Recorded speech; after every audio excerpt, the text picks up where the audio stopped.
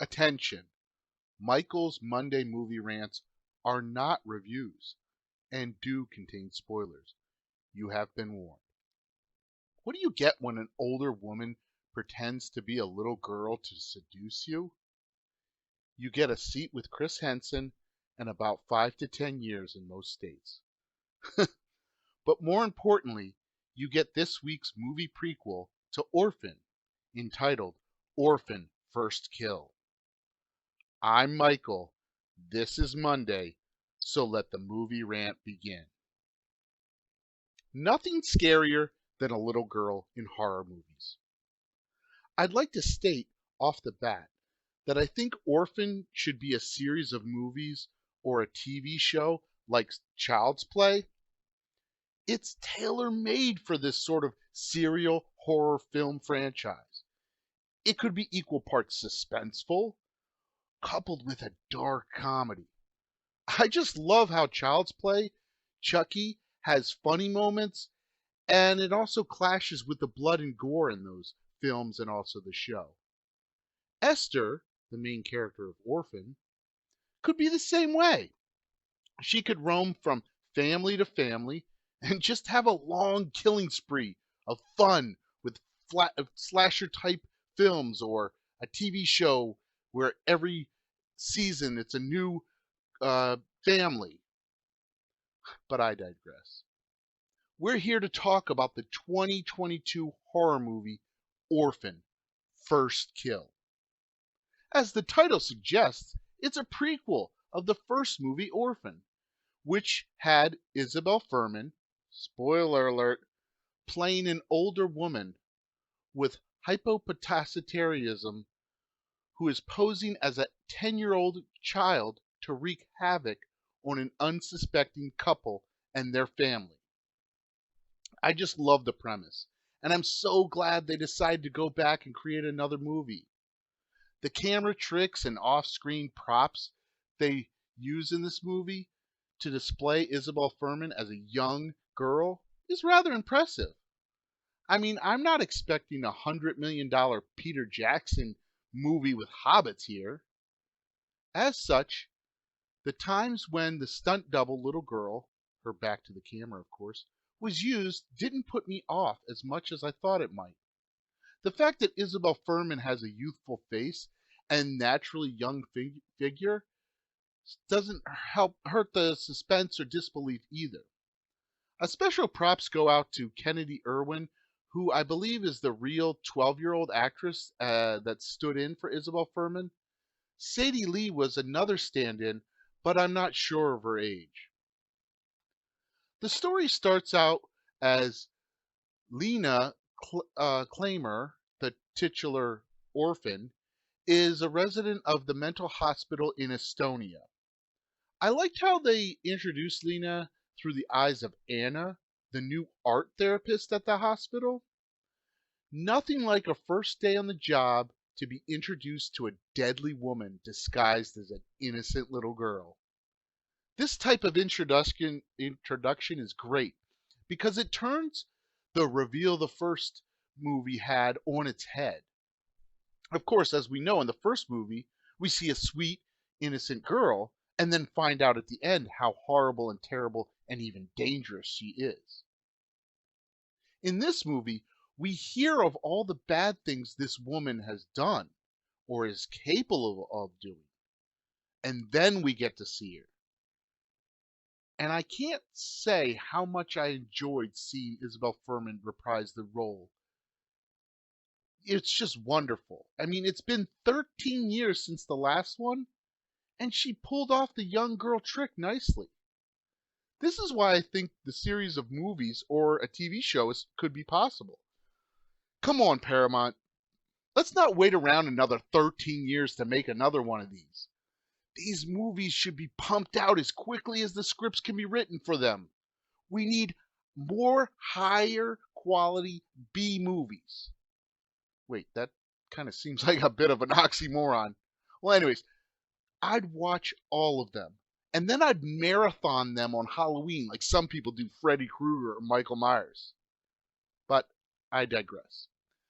Back to Leanne, who inevitably breaks out, stows away in Anna's car, nobody thought to check, and promptly kills Anna when they reach Anna's home.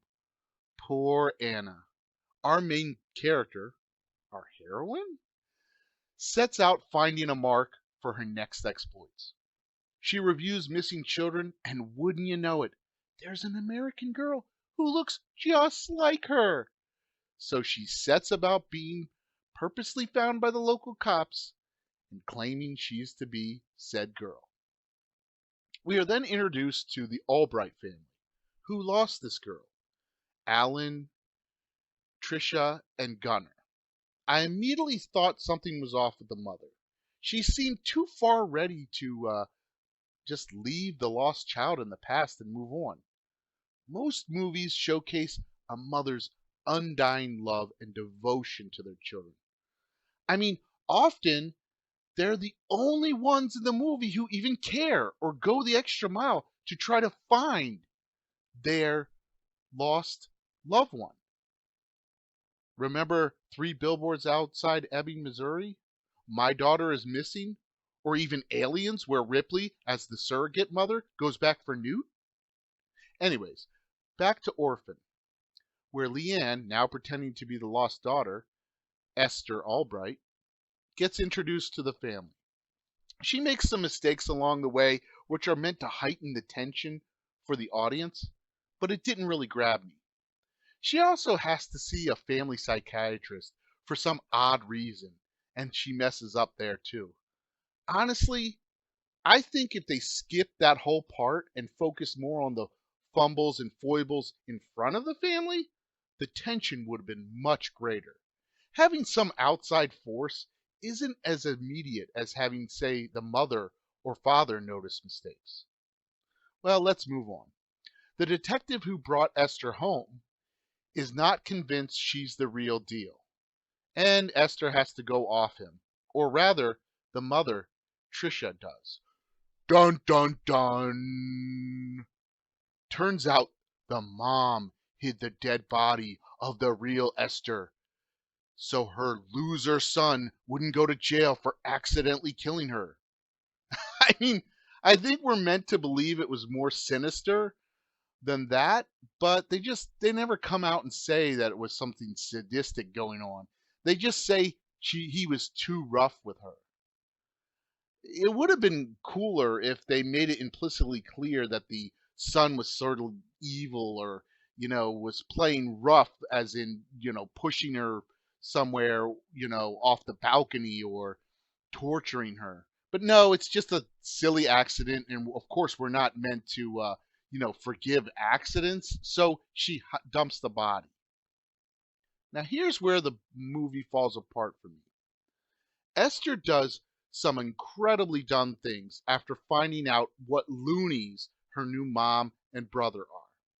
She steals the mom's car right in front of the mom, and instead of ditching it and grabbing another one, she just pretends to be some sort of Cyndi Lauper, girls just wanna have fun, girl, until she gets pulled over.